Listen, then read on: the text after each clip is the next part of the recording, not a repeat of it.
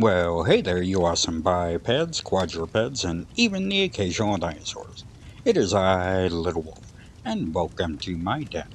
Go ahead and come on in, but please wipe your paws before entering. And go ahead and take a seat by the fire. The cauldron is bubbling so we can have our choice of tea, coffee, or hot chocolate. Well, it is getting to that time of year where it's getting warm enough. Maybe I could put the ice machine back. That way we can have iced coffee and tea and uh, iced hot chocolate, which is actually pretty good. I still need to try that. But it is Friday, and that means we're going to jump into a vintage film to revisit, and hopefully it helps you get through your Friday evening or whichever evening you're able to join us here in the den. But if you ever feel like you need any help and you're in the US and you're not sure who to talk to, please call the US suicide prevention number, which is 988.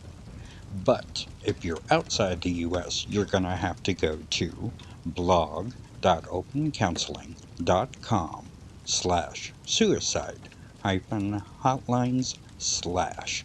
And that'll give you a website out there with all the other countries with websites and numbers that you can click on or call if you need help. So please reach out to these places if you do. Alright, so like I said, we are jumping into a vintage film, and this is going to be another noir. And this one is from 1945, and if you saw the short and some of the other videos before, you know this is going to be from 1945, and it's going to be The Woman in Green with Sherlock Holmes. And it says here that he is investigating when a young women around London turn up murdered. And that's like a very loose description of it. There's like a string of different murders that go along. It's not just women, it's women and men, and they wind up having a finger missing. Um, there appears to be like hypnosis going on, things like that. It's just a very cool, interesting story. An old friend of Sherlock Holmes makes an appearance, and it's just a very fun movie with Basil Rathbone as Sherlock Holmes. So let's go ahead and jump into the streets of London and find out what happens with Sherlock Holmes and the woman in green.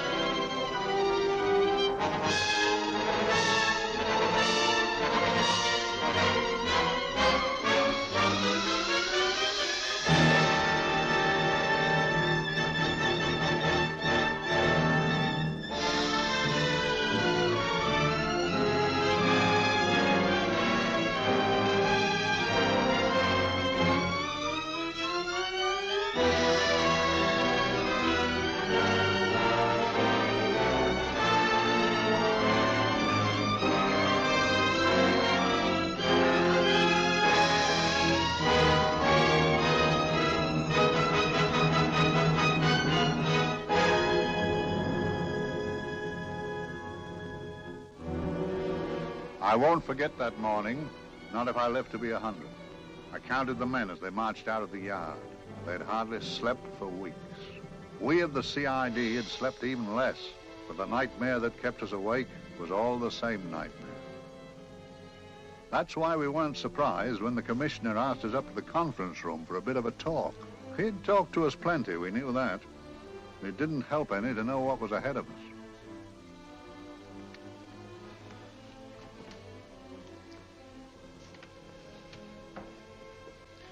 Must we have that window open, Gregson? Oh, shut it if you want to. Chief will be in enough of a temper without having a ruddy blast down the back of his neck.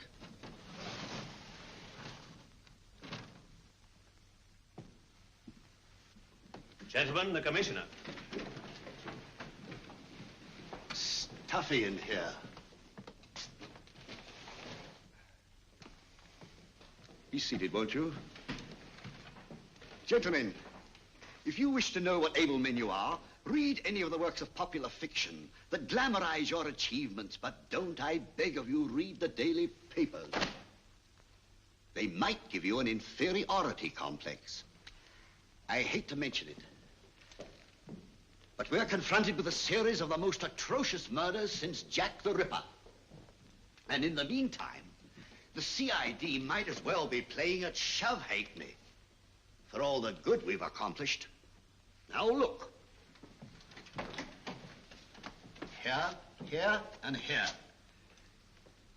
Each of these red flags scattered through the city stands for a woman brutally murdered, a woman's terror, a woman's death agony. These are no ordinary crimes. These are the works of a fiend who kills first and mutilates afterwards. A ghoul who hacks off a part of his victim's body and carries it away with him, a loathsome souvenir of his butchery. 3 women murdered so far, and you haven't turned in one clue. You haven't given me one lead. Here you sit and wait for news of a 4th victim, with your arms folded.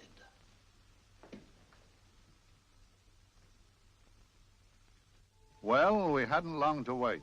It was down Lambeth Way where a young woman was hurrying home late last night. She saw something and stopped. It was a constable.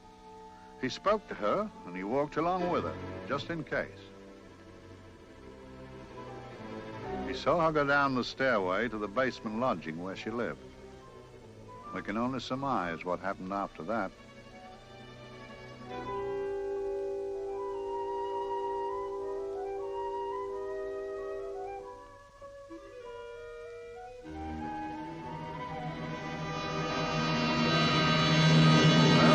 My pride in my pocket and went to see the man who'd so often helped out Inspector Lestrade and myself in the past, Mr. Sherlock Holmes.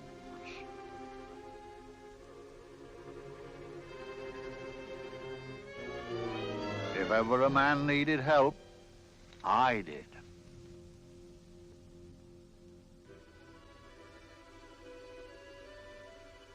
This makes 4, Inspector. 4 defenseless women here in the heart of London. And everyone with the right forefinger hacked off. Not hacked, Inspector Gregson. Cleanly, expertly severed. The work of a skilled surgeon. That's our only clue. Much about the age of my sister's girl. Is there no way of stopping this, Mr. Holmes? Yes. There's a way, somehow. The fiend that did this. I promise. I promise. We've nothing to go on. That's the rotten part of it. We can't get far without knowing the motive. Well, at least we know what the motives were not. It wasn't robbery, nor passion, thanks be, nor yet vengeance. Because they all came of totally unrelated families. Steady, Inspector, steady. Sorry, Mr. Holmes. I don't turn a hair when it's a bloke that can look after himself. A little slip of a thing like that. Yes, it's horrible. Come on, let's get a drink.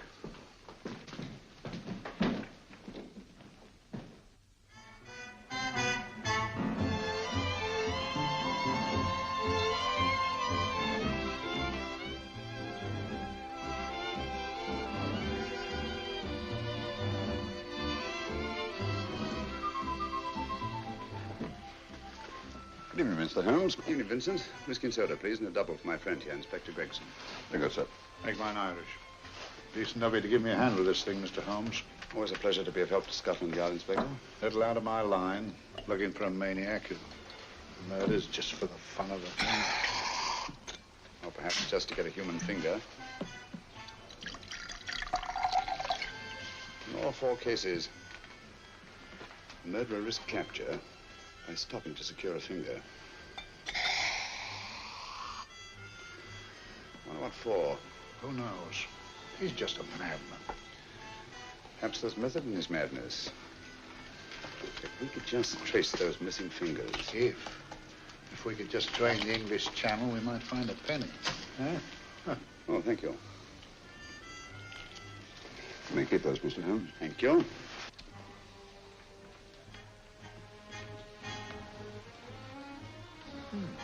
Sir George Fenwick, isn't it? Yes. That his daughter with him? Don't be so naive, Inspector. You know everyone, don't you, darling? Well, hardly. A week ago, I didn't know you. A week. How fast it's gone.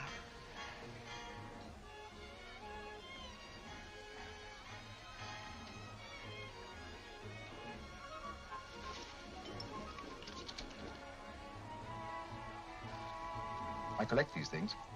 How very quaint of you. Shall we go? Yes.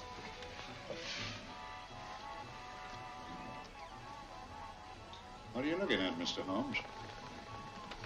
Looking at a very handsome woman.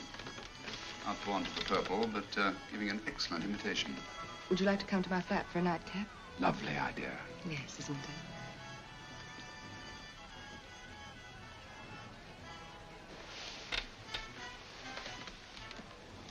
Wonder where she's taking Sir George Fenwick.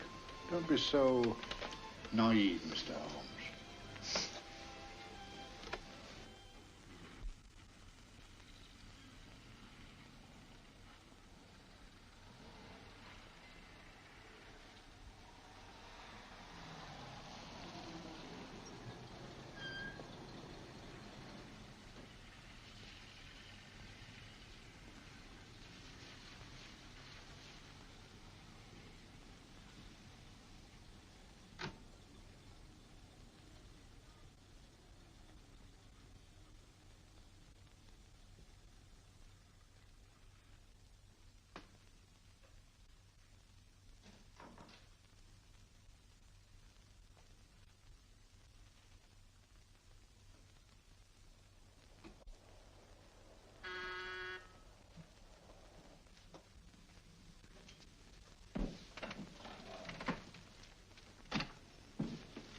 Good evening, Mum. Hello, Grandon. Any messages? No, Mum.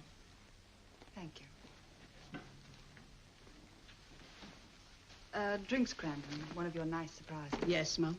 I say, you don't mean that, Grandon's a marvel, aren't you, Grandon? Yes, Mum. You wouldn't believe the things she can do. Ah, charming place. Delightful. Really? Do you think so? I'm so glad. Do sit down. Do you mind? Do I mind? What a question. I don't mind anything, really. Except not being with you. Now, you really don't want me to believe that, do you? Not too seriously. Good. We're both quite grown up, aren't we? Quite.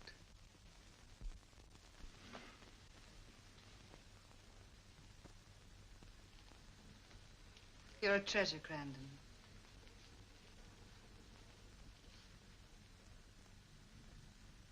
And lower the lights a little as you leave.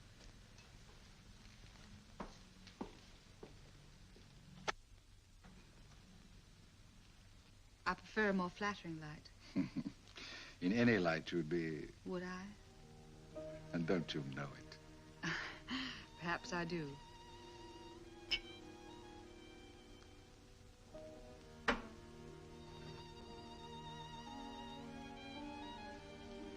Oh, that priceless woman. You wouldn't believe it, but she's absurdly romantic. She loves dreamy music, and she thinks that we... But we do, don't we? Do we? Well, it's rather soothing, restful. Yes. And we all need rest at times, like tired children who played too long. You've played with wooden soldiers, I suppose. Funny. Hadn't thought of that for years. Toy boats were my special joy. Anything I could set afloat anywhere. Like this. And this. Toy boats sailing into the Never Never Land. The land of beautiful dreams. Look. Look, odd, isn't it, how the light is reflected? Little specks of light that move and move. Like stars on a slowly moving stream. You know, Holmes, I'm very sensitive to atmosphere. No? Yes, I can tell by the feel of this room there's been a murder committed here. It may interest you to know, my dear fellow, it was the other side of that door at the foot of the stairs that the poor girl was murdered. If only I could find it. Find what? The one thing these unfortunate victims have in common that might give us a motive for these murders. There must be something. Another Jack the Ripper, if you ask me, a homicidal maniac. No, Watson. In the case of Jack the Ripper, there was one thing in common. His victims were all from one walk of life, living in the same section of the city. In this case, the murderer chooses his victims from all walks of life and from different sections of the city. No, my dear fellow, this is not the work of a homicidal maniac. It's something infinitely more sinister. You mean the creeps? What on earth are you talking about? Watson, I'm convinced that these murders are only incidental to some larger and more diabolical scheme. That may be, but why the severed fingers? The answer to that question, my dear fellow, is our only hope of solving these mysteries. Dear sister, I am so happy. I had such a lovely holiday at Brighton with you and Alf. And I'm looking forward to being with you again. Poor little thing. Sort of raises a lump in your throat. I can picture her sitting here happily writing this letter. And I'm not bit realizing that she's shortly going to her death. Hello? Gregson. Oh, there you are, Mr. Holmes. I've been looking for you everywhere. What's happened? Murder in Edgware Road, not half an hour ago. Woman? Yes. And the right forefinger cut off clean.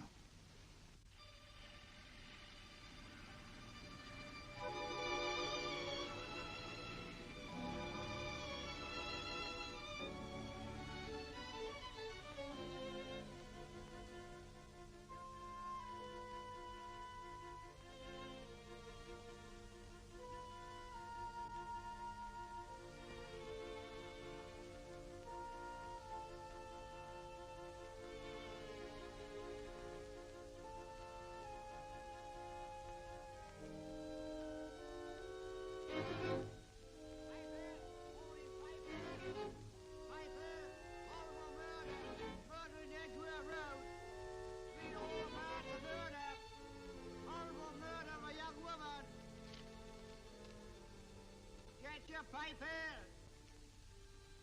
All for murder, Piper! All about the murder! Morning, Piper! All about the murder, Piper! All for murder! Another young woman found murdered, Piper, sir! All for murder, Piper! Piper! Read all about it! Get your Piper! Murder in Edgware Road!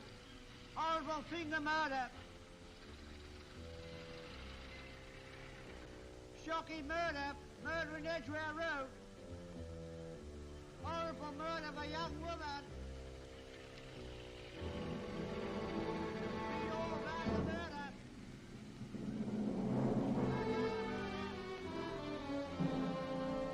Only fancy, Mum.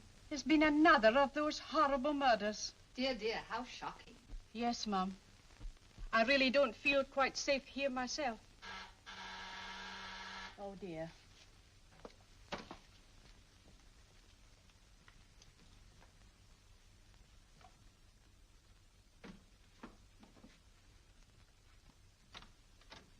Why, Sir George! I must see Miss Marlowe at once. I don't know if she... I must see her. Where is she? Lydia. Why, Sir George, what is it? What happened? I don't know. You'll have to help me. You've got to help me. But I don't understand. Listen, I woke up a few minutes ago in a cheap boarding house off Edgware Road. I don't know how I came there. I don't know when. The last thing I remember is being here with you. Calm yourself, Sir George. When did I leave here? Well, it was about,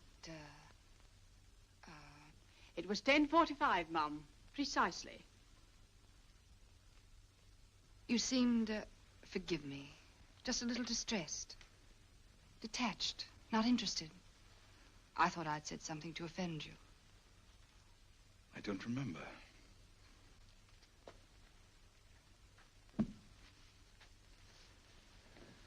I can't remember. Tell me, has this happened to you before? Before? Well, there is such a thing as amnesia, you know.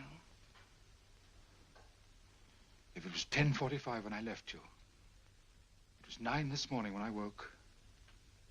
Over 10 hours lost. 10 hours that I can't account for. And in my pocket when I woke, I found... Yeah, in my pocket. That isn't... Oh, it's not for you, of course. It can't be. Excuse me, Mum. But there's a man asking to see the gentleman.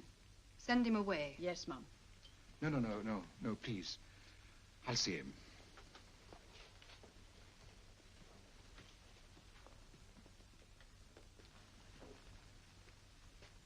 Well? Delightful room. Not much like the place you woke up in this morning. You followed me here? Yes. Are you a detective? Oh, no. Quite the contrary. Don't be afraid, Sir George. You know my name? Oh, yes. A very old and highly honored name. And being the bearer of such a name, and also a very wealthy man, I thought you might care to possess yourself of this trifle. Rather than let it fall into the hands of the police. It is yours, if I'm not mistaken. The initials, GF. Where did you get this? It came out of your pocket. I saw it fall, but you never noticed. You were very busy, bending over something with a knife. Then you put something in your pocket.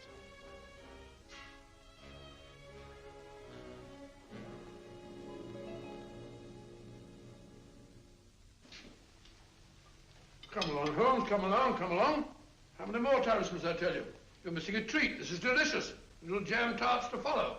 Aren't you tempted? You and your flesh pots. They tell me that fish is good for the brains. Brains, I haven't any. You realize that a whole day and a night have gone by since that bestial affair in Edgware Road? I'm as much in the dark as ever.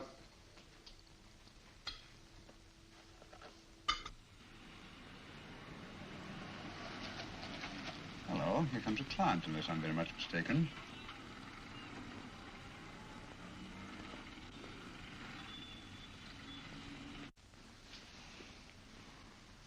Well, attractive. Very attractive.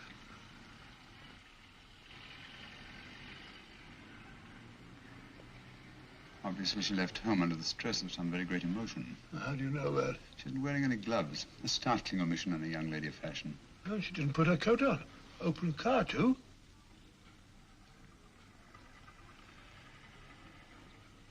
Furthermore, there's something in that bag she wants to show me. What makes you say that? The bag doesn't match her dress, indicating it was picked for size rather than style, to accommodate some bulky object. You amaze me, Holmes. What do you mention, my dear fellow?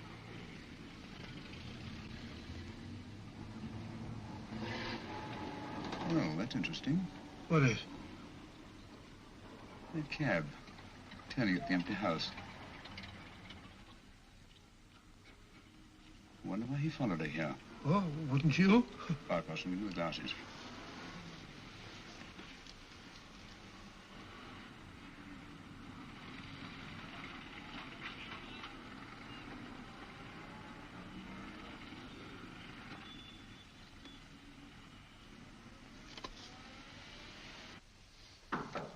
Well, we shall soon know.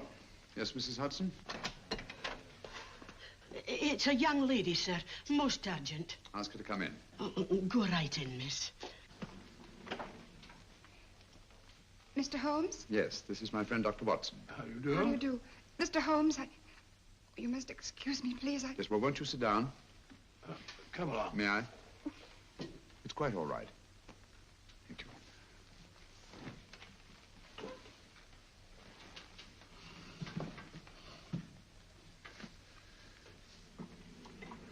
Now, try to control yourself, Miss Fenwick. You're with friends. You know my name? No magic, I assure you. I've often seen your picture. You're the daughter of Sir George Fenwick, aren't you? Yes. It's about my father that What about your father, Miss Fenwick? Oh, I don't know what to do. He's always been the nicest, dearest person. Only since Mother died. Yes, madame, we know. So I didn't think anything of it when he was away all night before last. But he didn't come home until yesterday at tea time. Didn't come in for dinner at all. Just paced up and down in the library hour after hour. I begged him to let me in, but he wouldn't. Steady, steady. Now take your time. I couldn't sleep a wink last night. Then I started hearing things. Hearing things? What sort of things? I heard someone in the garden underneath my window. Then I saw a figure moving down the garden path. And I recognized my father, stealing through his own garden like a thief.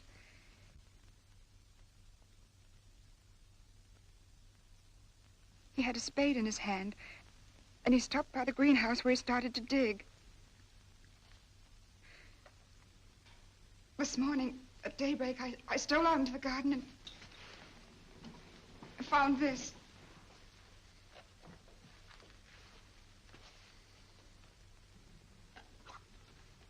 A finger. A human finger. Bring up Scotland Yard, will you, Watson? Ask them to get hold of Inspector Gregson and tell him to meet us at once at George Finnick's house, Kingston. Operator, get me Scotland Yard quick. Where's my father, Norris? He's still in the library, miss. Thank you. We'll see him right away. Will you come with me, please? Thank you. I got your message, Mr. Holmes. Yes, indeed. Dad, may I come in? Dad. It's funny. He doesn't answer. You mind? Please do. Thank you. Watson, quick. Oh, Come along, no, my dear. no, no. Take charge, Miss Finnick, please. Sorry, sir. No, miss, please. Please come along with me.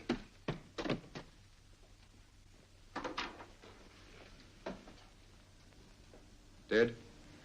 Yes. What do you make of it, Doctor? Shot in the back, between the second and third ribs. The bullet undoubtedly penetrated the heart. Look at the powder marks on his coat. I was afraid of this. What do you mean? Don't you remember the man in the cab who followed Miss Finnick to Baker Street? Well, you don't think he had anything to do with it, do you? I think it's reasonable to assume that he tipped off someone that I'd been sent for. Sir George has obviously been murdered to keep him from telling me what he knew. What was the weapon used? Small caliber revolver, point blank range by the look of the wound. The murderer came in through those French windows. The mud from the garden he brought in on his boots.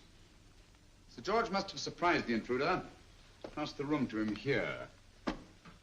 What follows we can't tell. But from the location of the wound, I'd say that he turned his back for a moment, and as he turned, the muzzle of the revolver was placed between his ribs and one muffled shot fired. And you mean to say he kept on going, even after he was shot? There's no doubt about it. Look there. The trail of blood leads us back to the desk. There's something Sir George was after. Something. I know. He was trying to summon help, poor chap. I don't think so, Watson. There's the bell pull by the fireplace. No, you'll notice from the trail of blood that Sir George made straight for this desk here. I wonder, there was something he was desperately anxious to get. Hello. His right hand's clenched. That's perfectly natural. Death agony. But the left hand lies open. Why only one hand clenched in the death agony? The right hand, the hand nearest the desk. Please note that. If Sir George took something off this desk, something so important that he spilled his last drop of blood to get it, I want to know what it is.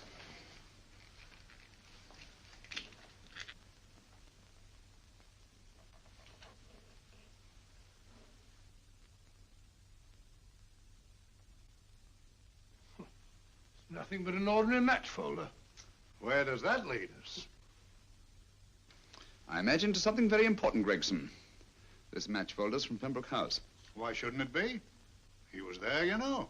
We saw him yesterday. Yes, but the effort he made after he was shot to get hold of this match folder. It's just possible he wanted someone to remember Pembroke House. He may have wished to recall it to someone who saw him there. Someone who, like ourselves, saw him with a woman.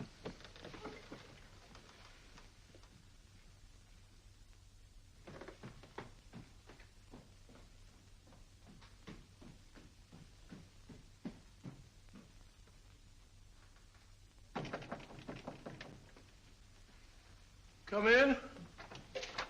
Oh, Dr. Watson, this came by hand for Mr. Holmes not 10 minutes ago. Thank you, Mrs. Hudson. That would be the report from Sir George's bank. Report from Sir George. Oh, really? Don't you remember his daughter told us that he'd just closed his account? Had it looked into at once.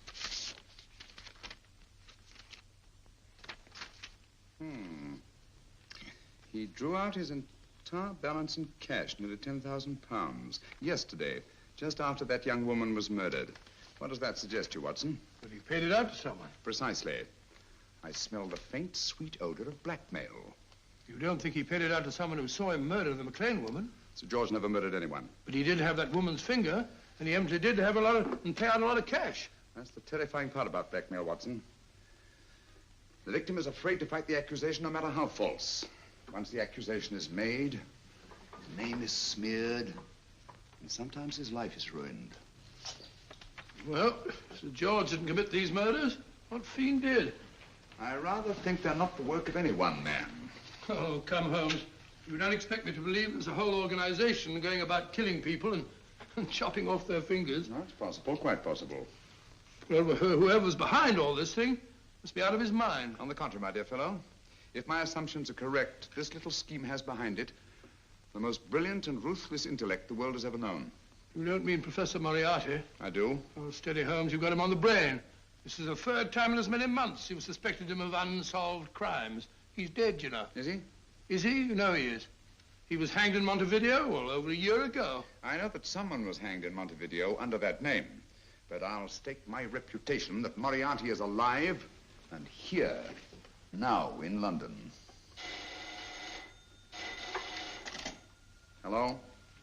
Yes, but Dr. Watson, wait a minute. You me? Oh, yes? This is Dr. Watson speaking. No, I'm afraid I've retired. I don't practice anymore. What? Oh, that's a different thing. An emergency case. Well, just a minute. Yes? Yes, well, see, she's not moved. Remember that? Don't touch her till I get there. Fractured case in McCardle's Mews. Heavy woman. 14 stone. Oh. Look at it.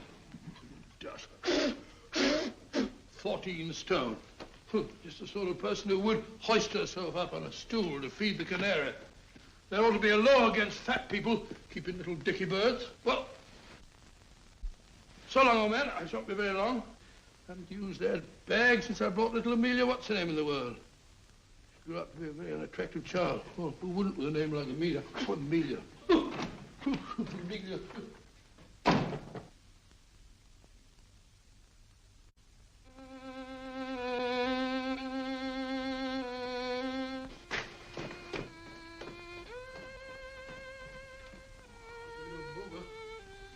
People so stupid about accidents.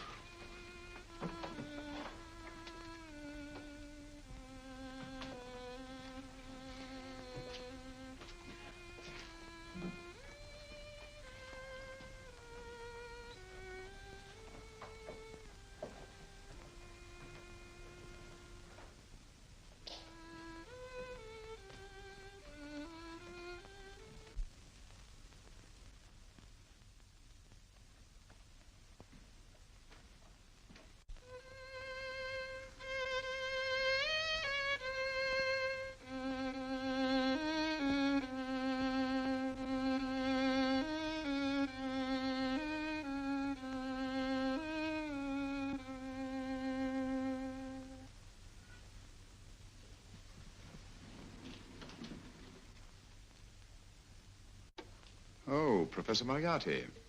Not that I wish to appear inquisitive, but to what am I indebted for the pleasure of this visit? Scotland Yard will be interested. It's very convenient for me to have Scotland Yard think that I'm still dead in Montevideo. I never dreamed of fooling you. Thank you. The thought occurs to me, Mr. Holmes, that there are some advantages in living within the law. You are very comfortably fixed here, aren't you? As I get on in life, the little comforts appeal to me more and more. Oh, I beg your pardon. Won't you sit down? Thank you.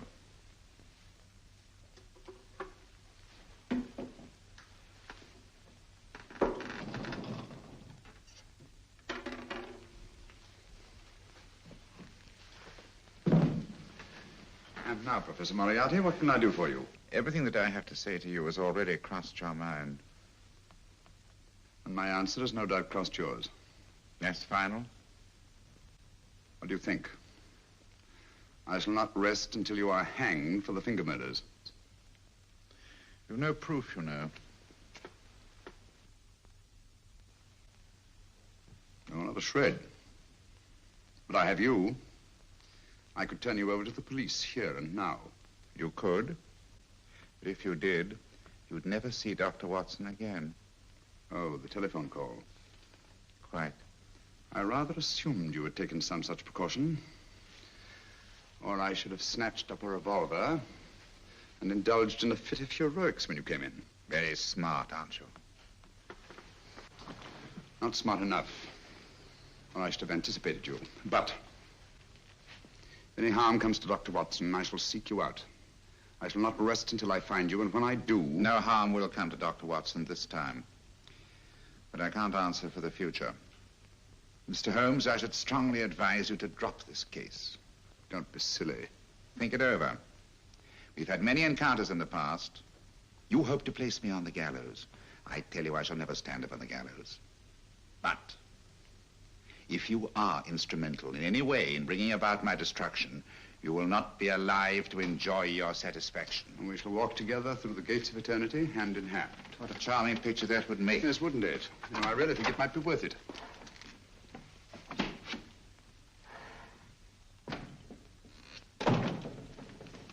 Shoelaces, Governor? Tuppence a pair. And strong enough to hang yourself. How many more times must I tell you I don't want your filthy shoelaces or your company? Shoelaces, Governor? Blasted impertinence. Run along, my good man, or I'll give you in charge. Shoelaces, Governor? Shoelaces, Governor? Help a poor bloke. What's only got one arm? Any luck with Mr. Holmes? You can read his obituary in tomorrow's papers.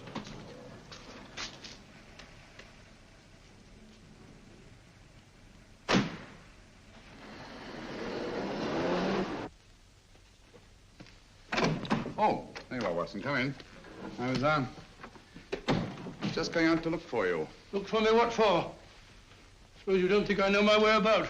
Well, you're right, I don't. Blast all practical jokers anyhow. Know where I've been? On a wild goose chase. Exactly. There's no such number in McCardle's Muse. Some fool's idea of a joke. Did you see anyone? No, nobody especially. Only a whining old idiot selling bootlaces. Persistent beggar, wasn't he? Stuck to you like grim death. Huh? How do you know? And finally left you for someone who looked like better pickings. Someone, my dear Watson, was Professor Moriarty himself. What? He's just called on me. Moriarty here and you let him go? But you must be out of your mind. Why? Well, he bluffed me into believing that he was holding a friend of mine as hostage. Friend of yours who? Oh, nobody very important, just a fat, lazy fellow. Medical man, I believe. Medical man? Do I know him? Yes, I think you do. Fellow by the name of Watson. Watson, never heard. Who, me? I'm afraid so, old fellow. Your street hawker's job was to do away with you in a certain contingency. And you let Moriarty go? Because of me? I had no choice. I can't afford to lose you, old fellow. Well, it's very decent of the old chap, I must say, but... I wish you'd nabbed him. We shall, never fear. I know the motive for the finger murders. All I have to find out now is the method used with the blackmail victims. Method? Yes. How does Moriarty get them to the scene of the crime? How does he plant those severed fingers on them? And how does he scare them into believing that they may have committed those atrocious murders themselves? Curious.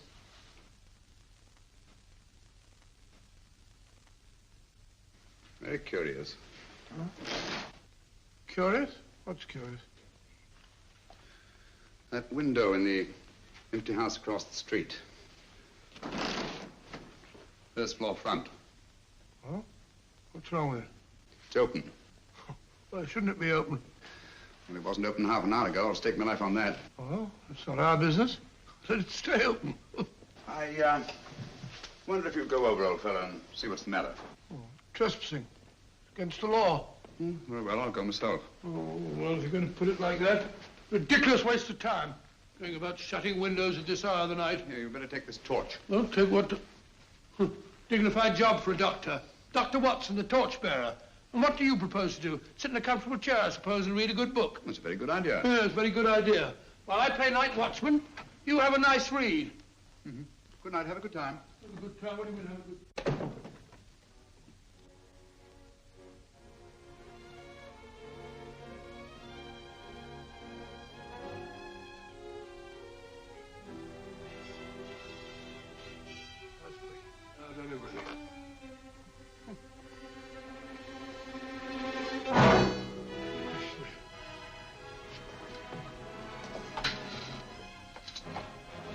For?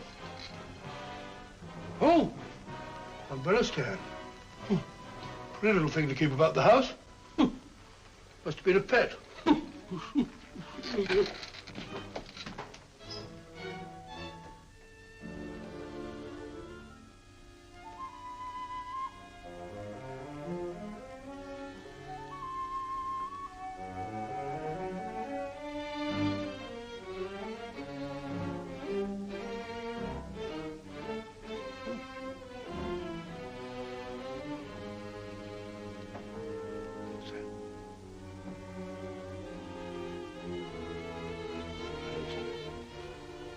Rat rubber. This must be the door.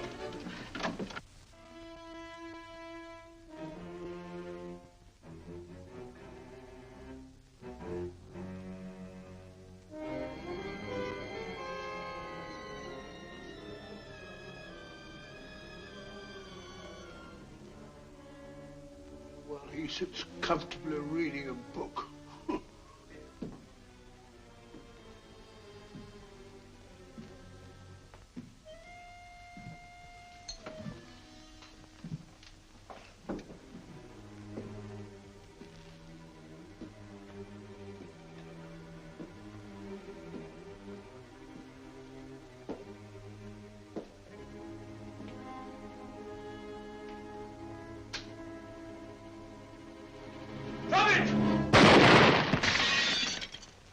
He killed Holmes! He killed Sherlock!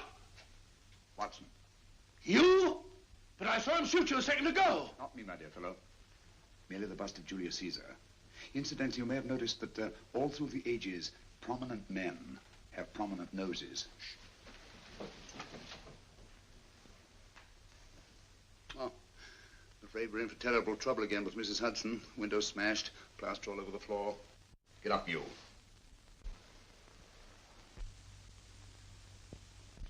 Corporal Williams, Middlesex Regiment. Discharged from the army as physically unfit. Papers seem in order.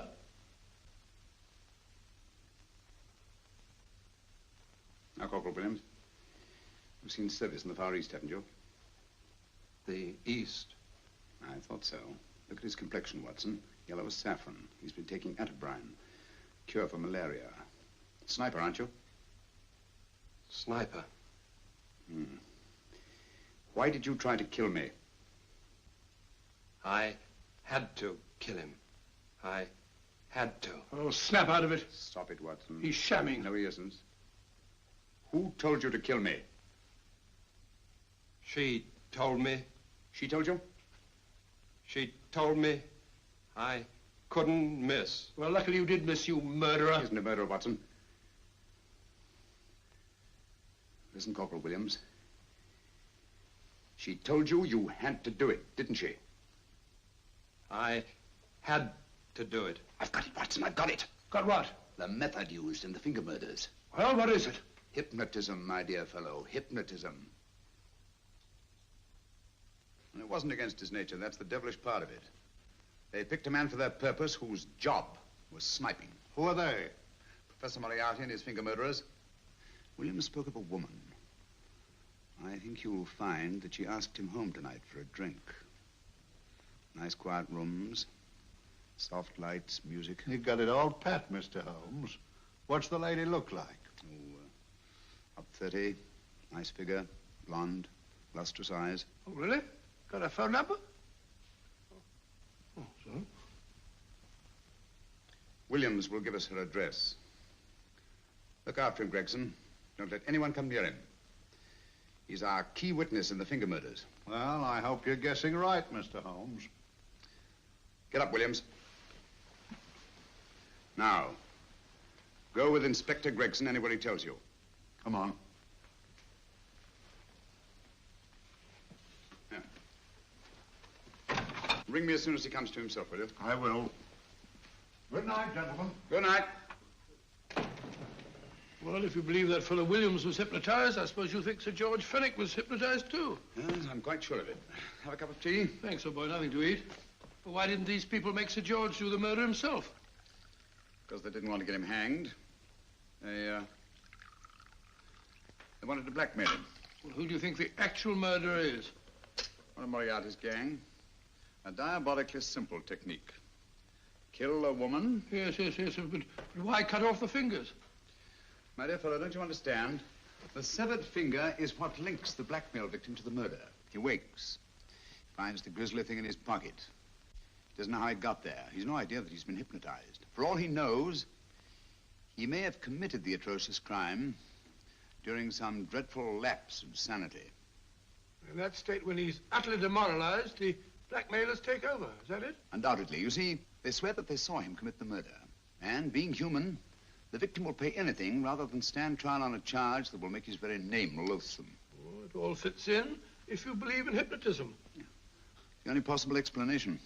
You think the hypnotist is that woman with the blonde hair and the lustrous eyes, the woman you invented? I didn't invent her. I saw her. What on earth are you talking about?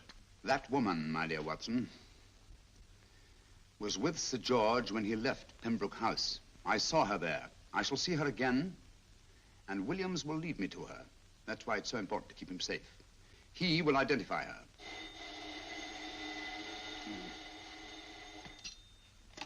Hello? Yes? Inspector Gregson? What? I'll get every constable in the district. Yes, I'll be over at once. What's happened, Holmes? Williams is missing. Great Scott! Come on.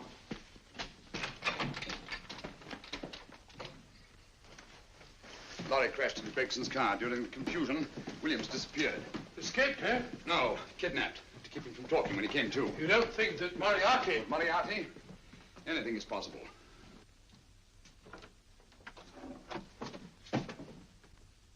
Williams! Dead. You see? Anything is possible.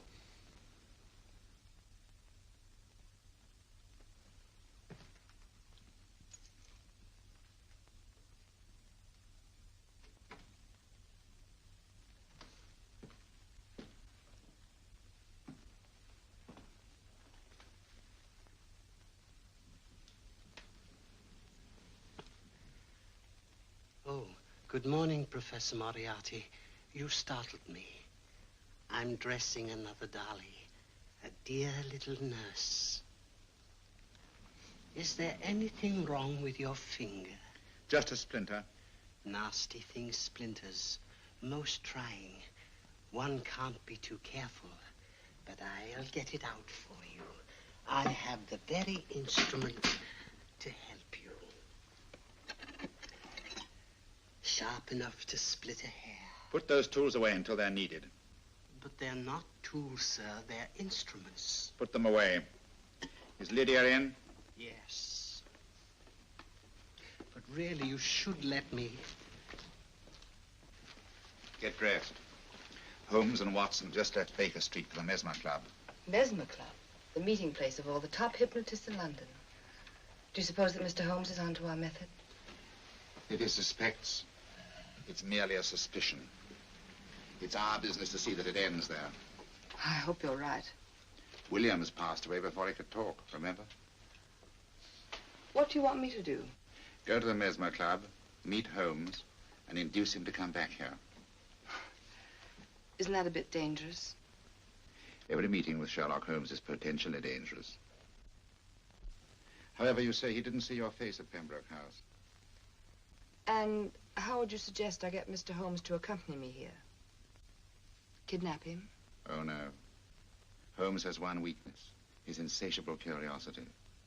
If you can arouse that, you can lead him anywhere. It's It's up to you to take advantage of any opportunity that may arise.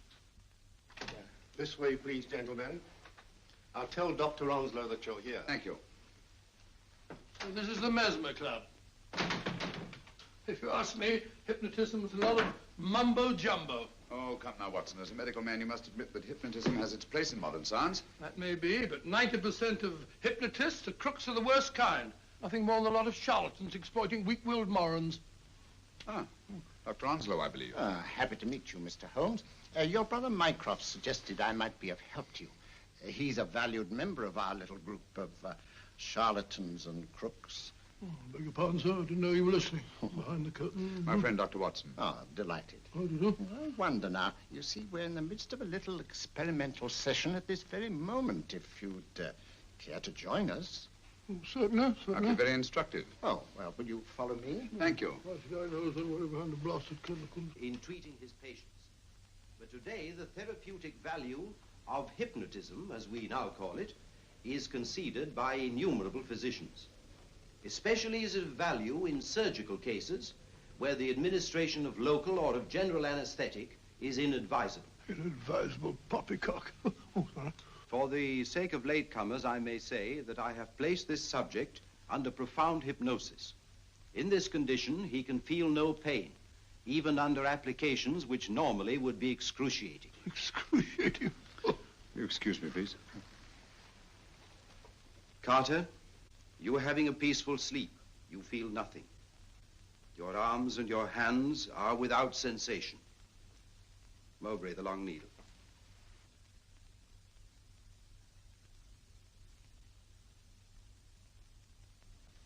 Carter, give me your right hand.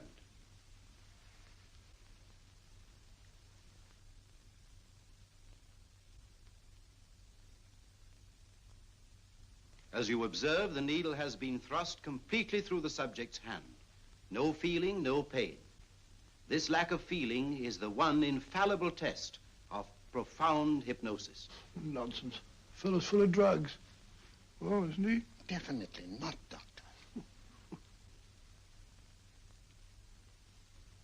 Wake up, Carter, wake up. You feel well and rested, remember. No pain anywhere. Wake up, wake up. I say, when are you going to begin? All through, Carter. Stand up. This way, sir. And, are these all the people that come here? Oh, no, no, no. Others keep dropping in all the time. I suppose it's all right for those who believe in it, but of course, I'm a professional man myself. Then you don't believe in hypnotism, Dr. Watson? Oh, I don't deny that there are certain types of hysterical, feeble-minded people who go under if you point your finger at them. But anyone with an ounce of character... How right you are. You see right through our little artifices, don't you, Doctor? Right through, my dear sir. Right through. Quite so. But with the feeble-minded, as you say... excuse us, Mr. Holmes. Certainly. Step over here, won't you? Certainly, sir. Anything to oblige.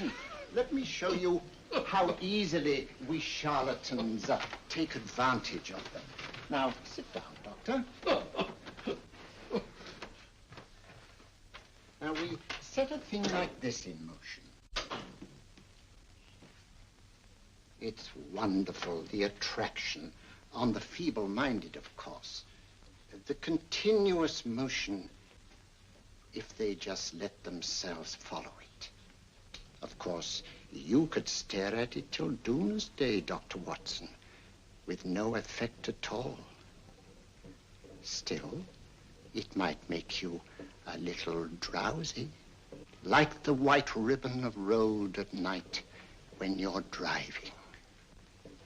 The rhythm is smooth, unbroken, and the road goes on and on, round and round, always the same, winding and winding.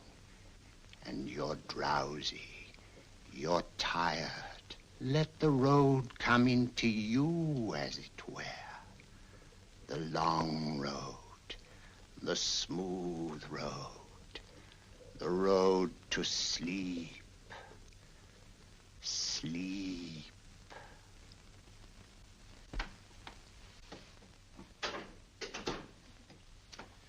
Open your eyes. Stand up. Turn around. And now, Dr. Watson, you're on a holiday in Scotland. The country is amazingly beautiful. We're coming to a stream.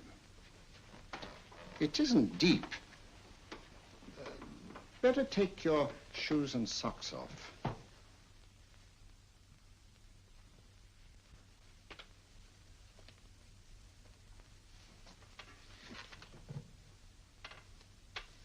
Roll up your trouser.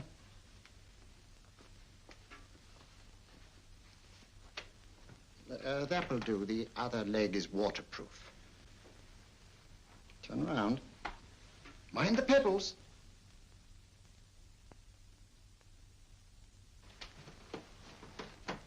Sit down.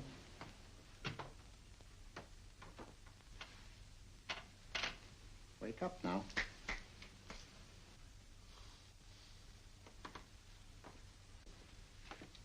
There, I see. What did I tell you? It didn't work with me. Why, nobody with an ounce of character.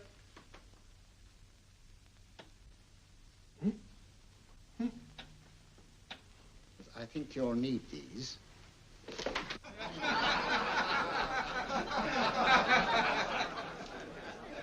Nothing to laugh at. Watson, she's here. Oh, the woman you're looking for? Yes, I'm going to meet her.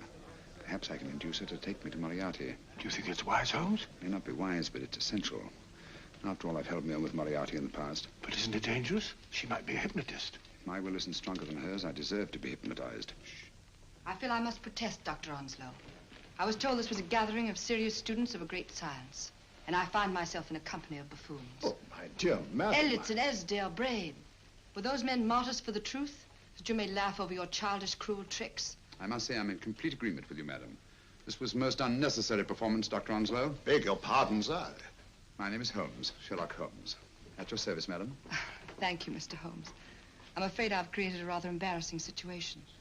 But you see, I'm interested in the serious study of hypnotism. So am I, too. Perhaps we have something in common, Mr. Holmes. Perhaps we have. Do you join me for a cocktail at Pembroke House? I should be delighted. Good.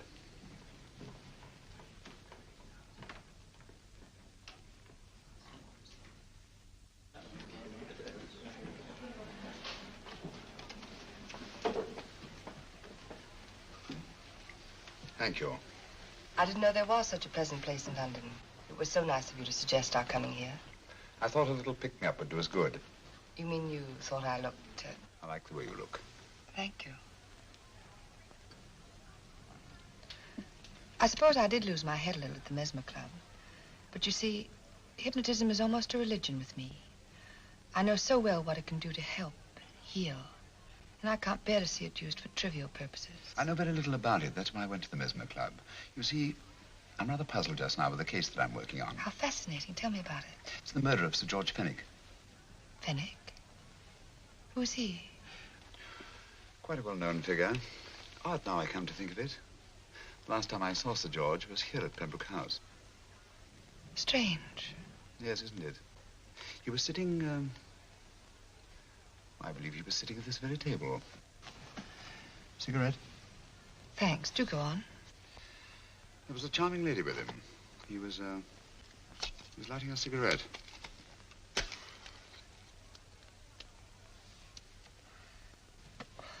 Charming. Did you see her face? No worse luck. Merely her back. How unenterprising of you. Yes, wasn't it? Afraid I'm getting a little older. I shouldn't say so. That's nice of you. Still, the first time in my life, I've got hold of a case that's beyond me. I'm actually losing sleep over it.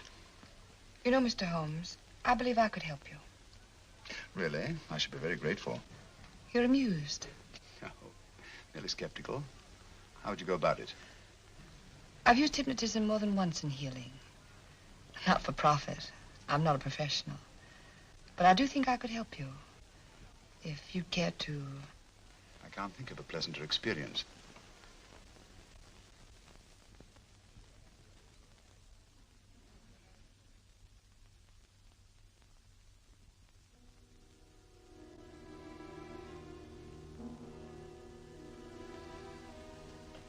Low lights, music, is that all there is to it? You must relax, Mr. Holmes. I'm afraid you're a rather difficult subject. So I thought perhaps a little help. Materia medica might be advisable. Drugs?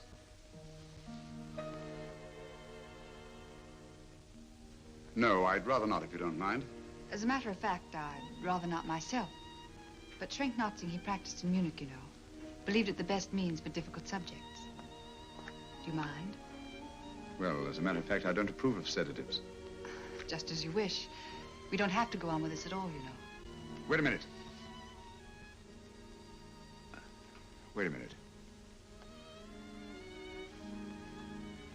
All right. I'll take a chance.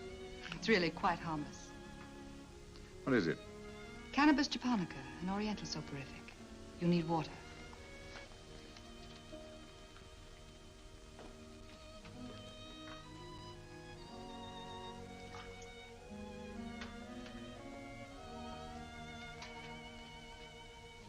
Thank you.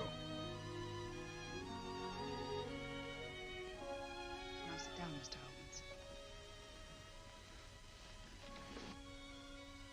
Holmes. You'll feel yourself growing drowsy. Don't fight it. Give in to it. Because you do want to sleep, you know. Just fix your eyes on this one white flower floating on the water. Empty your mind of every other thought. Follow the motion of the water. So smooth, not a ripple.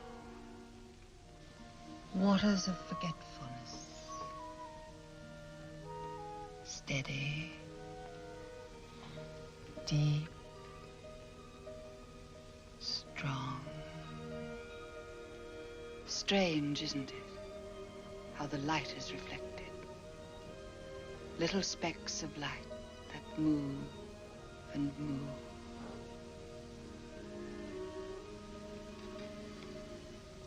It's restful here. It's peaceful. It's friendly. And you're very close to finding what you're looking for. You'll find them soon now. The guilty ones. When you're rested. Gentle waters closing over you. Steady. Deep. Strong. Drawing you down. Down. Down.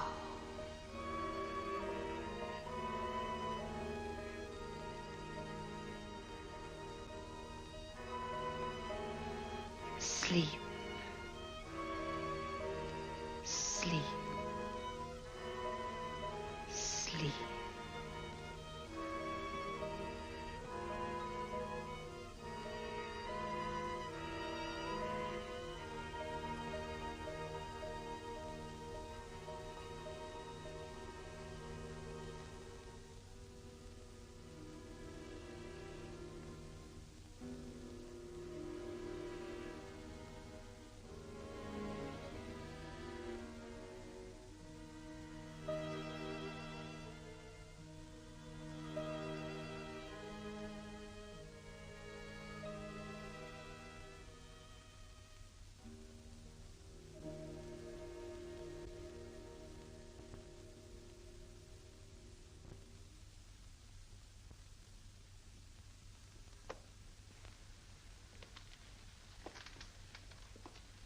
Here he is, Professor Moriarty.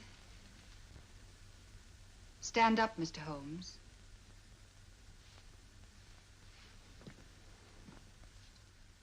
Open your eyes. Face this way.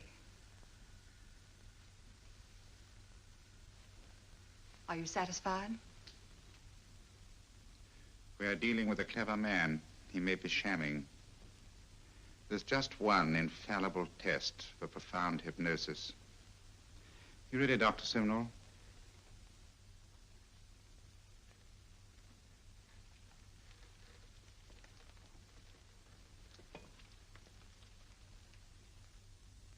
That will do, Doctor. He couldn't fake insensibility to the knife. I congratulate you, Lydia. Turn round, Mr. Holmes. Now walk to the desk.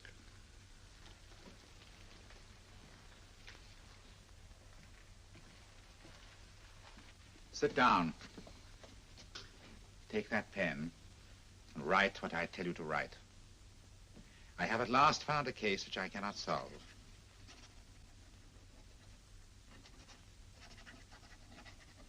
I have outlived my usefulness. Therefore, I have decided to end my life.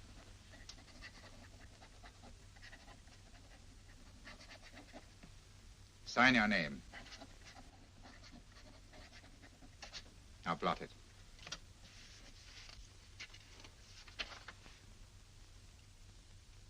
Fold it up and put it in your pocket.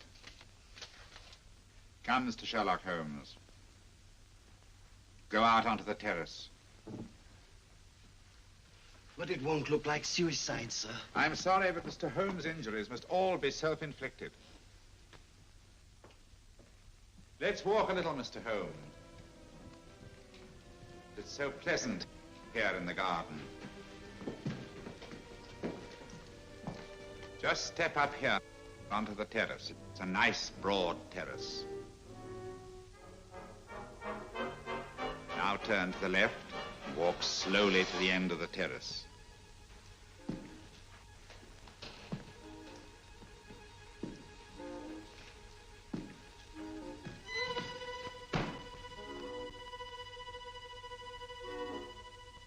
Don't stop. You must walk to the end, you know.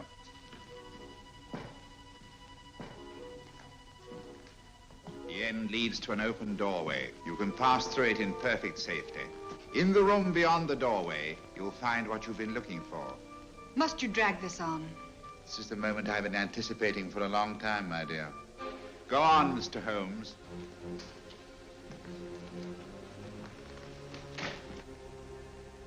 Through the open doorway, you will find the man responsible for the finger murders and the death of Sir George Fenning. Professor Moriarty. Holmes! Stand still. What a beautiful view, Watson. I'm quite enjoying it. No, you're not. You're hypnotized. You're under a spell. Stand still. Don't move. Steady, Holmes. Steady does it. Stand perfectly still where you are. Nonsense, Watson. You don't know what you're doing. Of course I know what I'm doing. You mean you're not hypnotized? Certainly not. Then get off the wall, you idiot. Oh, look out! Holmes!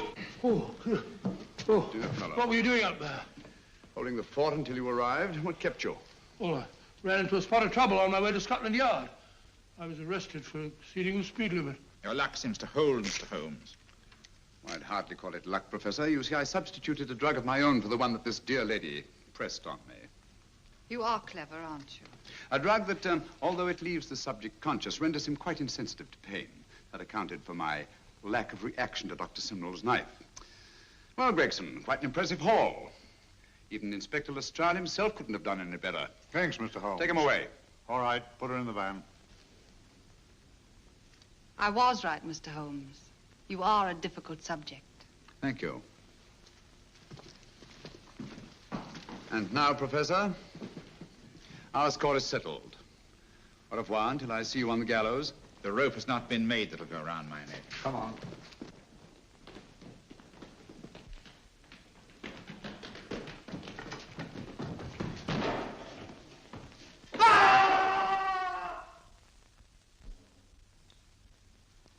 I'll take care of things, Mr. Holmes. Thank you, Inspector. Come on. An evil man, Holmes, but what a horrible death. Better than he deserved. What are you thinking of? I'm thinking of all the women who can come and go in safety in the streets of London tonight. Stars keep watch in the heavens. And in our own little way, we too, old friend, are privileged to watch over our city.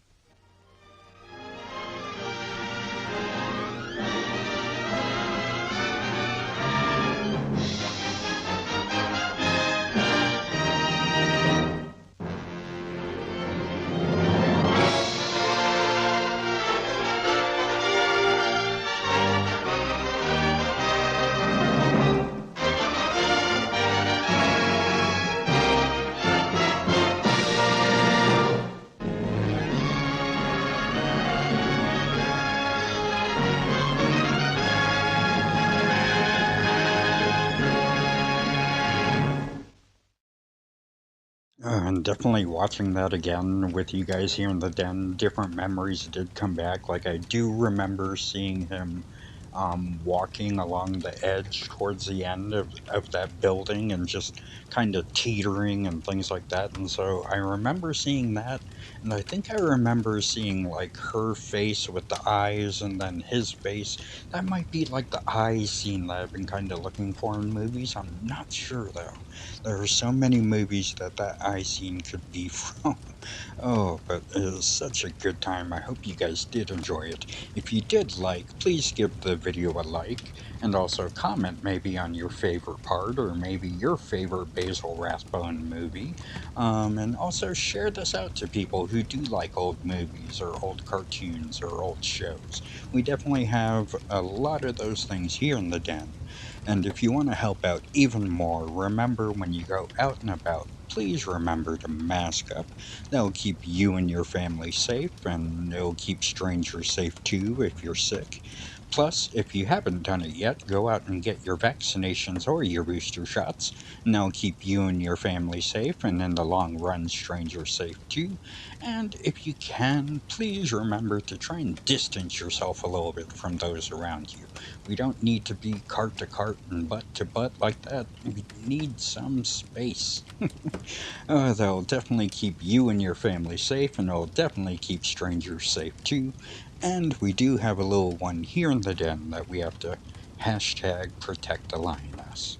I definitely had a good time going through this and adding the captions and adding my own things to it. I wasn't sure how much I would do, but I definitely have a good time with that. I hope you guys are enjoying it. I definitely am. I hope you guys like the howl. I'm not sure. I'm very iffy on that. There are times when I love it and there are times when I hate it, but let me know if you do or not. I'm definitely iffy on it sometimes. But I love you bipeds, quadrupeds, and even the occasional dinosaurs so much. Not sure what's coming up next. I do have a little bit of wrestling I recorded, but the end of it got messed up a little bit, but I might throw that out there. And later on might try and get other gaming done. I know I need to do some of the wolf game and the zombie hunting game. I really want to do those. I also have another submarine game too, so have the iron lung I still gotta go through. I have so much I have to do. I start a lot of things, don't I? But I hope you guys are enjoying this and coming along with me for the ride. Thank you for all your love and support. I love you bipeds, quadrupeds, and even the occasional dinosaurs so much. So until next time, Wolf out.